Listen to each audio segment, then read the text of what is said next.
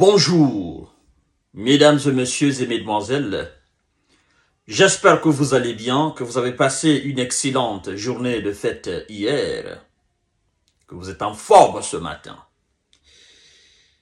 Alors, vous savez, pour diriger un État, il faut de la prestance, il faut de la rigueur, de la discipline, il faut de la responsabilité.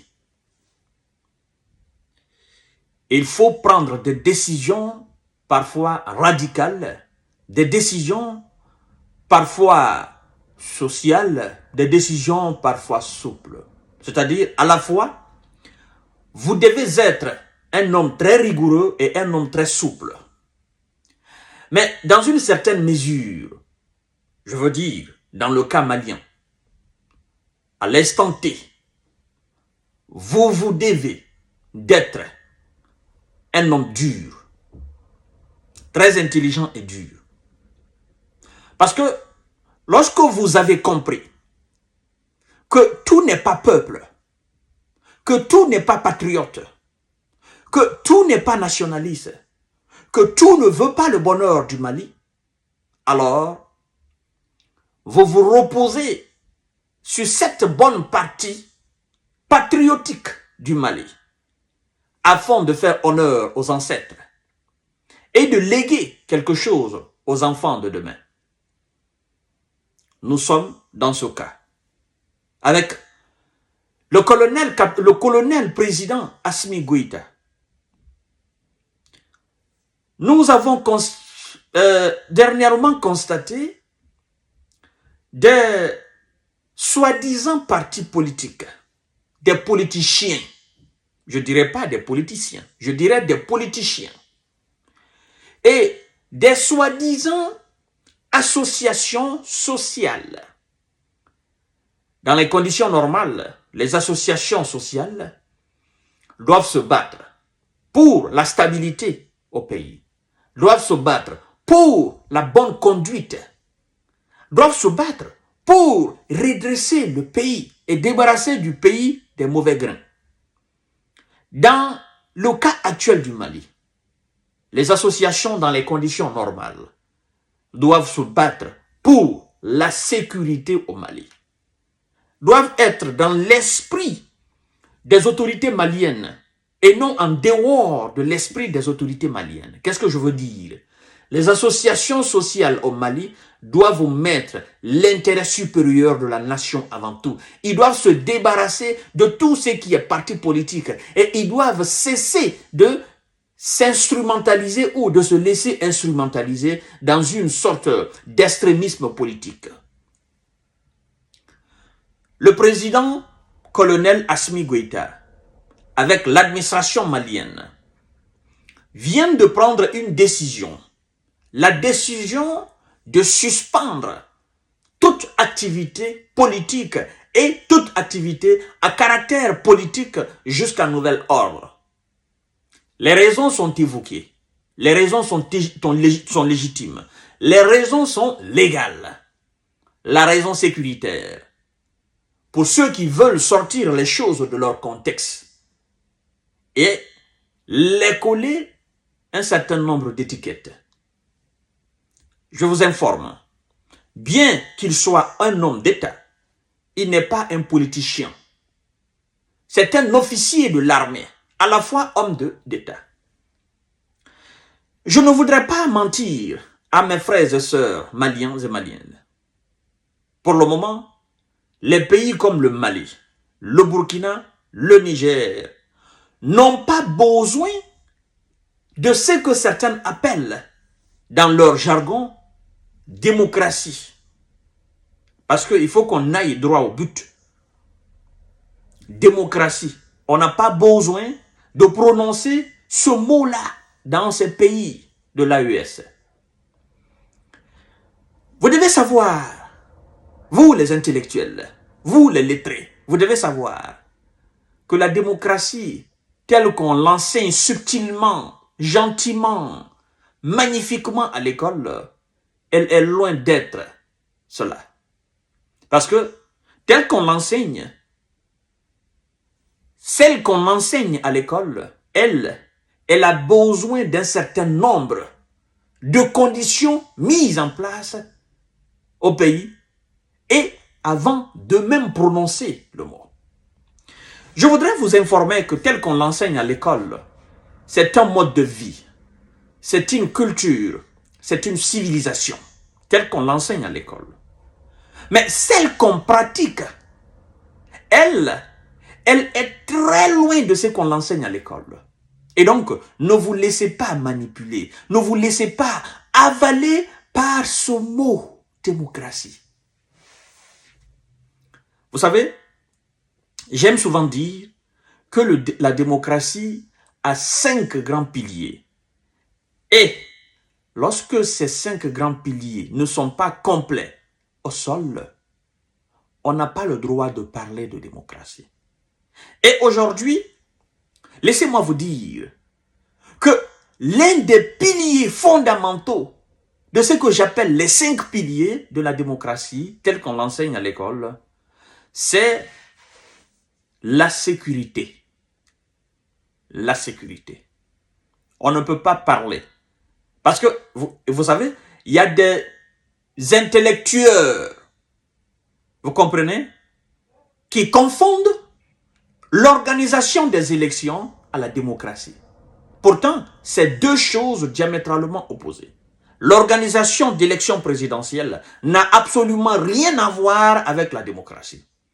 Il y a des pays qui sont dirigés par un seul chef qui n'organise pas les élections. Ils sont là depuis des années. Mais dans ces pays, les 5 piliers de la démocratie sont réunis là et les gens vivent dans une démocratie qui ne dit pas son nom. Ces gens vivent dans une sécurité totale. Ces gens vivent dans l'autosuffisance alimentaire. Ces gens vivent avec un système de santé impeccable. Ces gens vivent, ils sont employés, il n'y a pas de mendiant, il n'y a pas quelqu'un qui quémande. Et enfin, ces gens vivent avec des infrastructures routières impeccables. Voilà ce que j'appelle les 5 piliers de la démocratie. Pourtant, ils sont dirigés par un seul chef et unique. Et les droits de ces gens, en tant que citoyens, sont tellement respectés que bon nombre de pays qui se disent démocratiques à l'Occident ou ailleurs, les en veulent même. Voilà ce que j'appelle la démocratie. Donc, au Mali, au Burkina, au Niger, ces 5 choses ne sont pas encore réunies pour qu'on parle d'une quelconque démocratie. Et alors, la question que moi j'aimerais vous poser est de savoir, pensez-vous que l'organisation des élections peut apporter ces 5 piliers à un État? Mais non. Non. Je prends l'exemple frappant. Dans un pays qu'on appelle démocratique en Afrique, surtout en Afrique de l'Ouest, on dit, oh non, c'est un exemple de démocratie. Mais lorsqu'on y regarde de près, qu'on détaille de fond en comble, l'on se rendra compte qu'en réalité, dans ce pays aussi, il n'y a pas de démocratie. Vous voyez, je veux parler du Sénégal. Vous savez, depuis l'indépendance du Sénégal jusque-là, nous pouvons affirmer sans équivoque qu'il n'y a jamais eu de coup d'État militaire. Il y a eu quand même des coups d'État constitutionnels. Parce que ce n'est pas tous les présidents sénégalais qui ont respecté la loi qui est, n'est-ce pas, est étalée. Léopold Sédar Senghor, il a fait combien de mandats? Après lui, c'est lui qui est venu. Ce dernier a fait combien de mandats? On est d'accord qu'il n'y a pas eu de coup d'État militaire.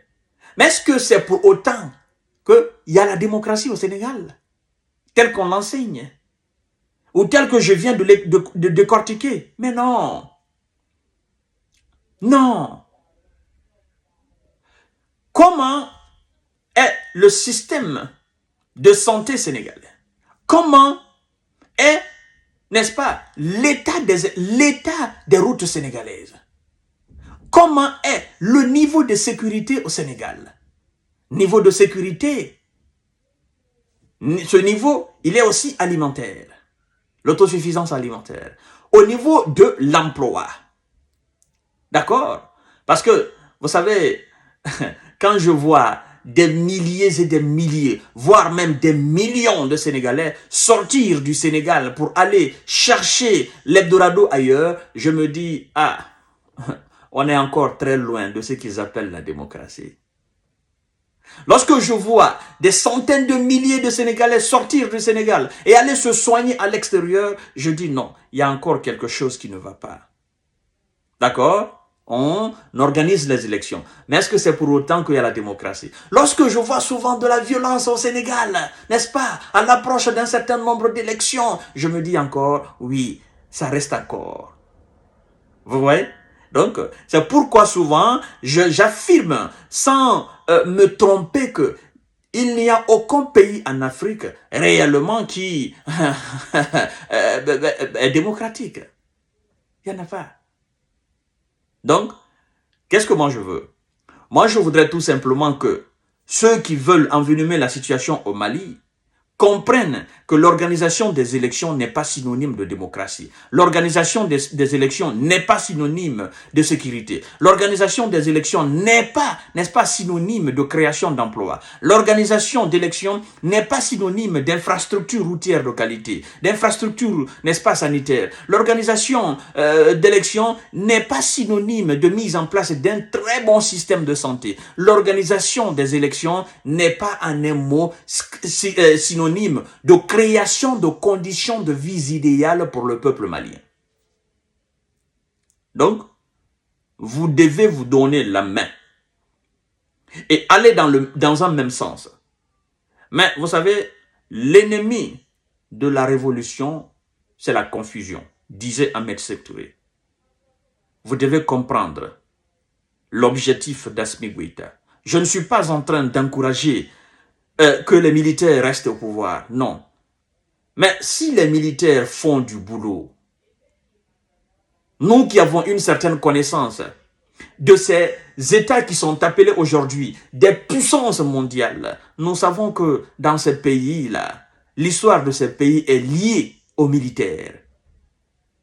L'histoire de ces pays est liée aux grands militaires qui ont bâti ces nations.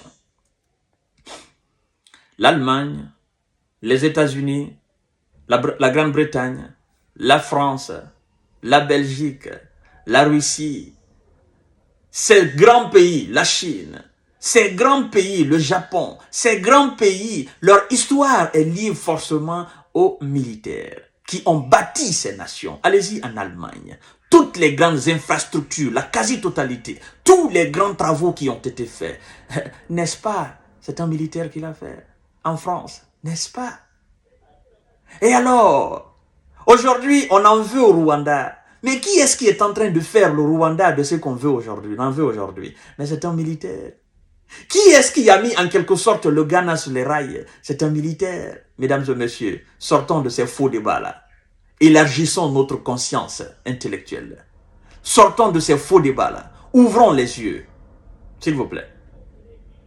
Moi, j'apprécie l'attitude d'Assimi Goïta. J'apprécie l'attitude, n'est-ce pas, de l'administration malienne d'aujourd'hui. Il faut dire les choses et il faut les assumer. Et donc, toutes les activités politiques à caractère politique, sociales à caractère politique sont suspendues jusqu'à nouvel ordre pour des questions sécuritaires. Merci beaucoup aux FAMA. Continuez dans ce sens. À tout à l'heure pour notre série d'informations de décortiquage. Partagez la vidéo dans tous les groupes possibles. Merci beaucoup. Prenez soin de vous.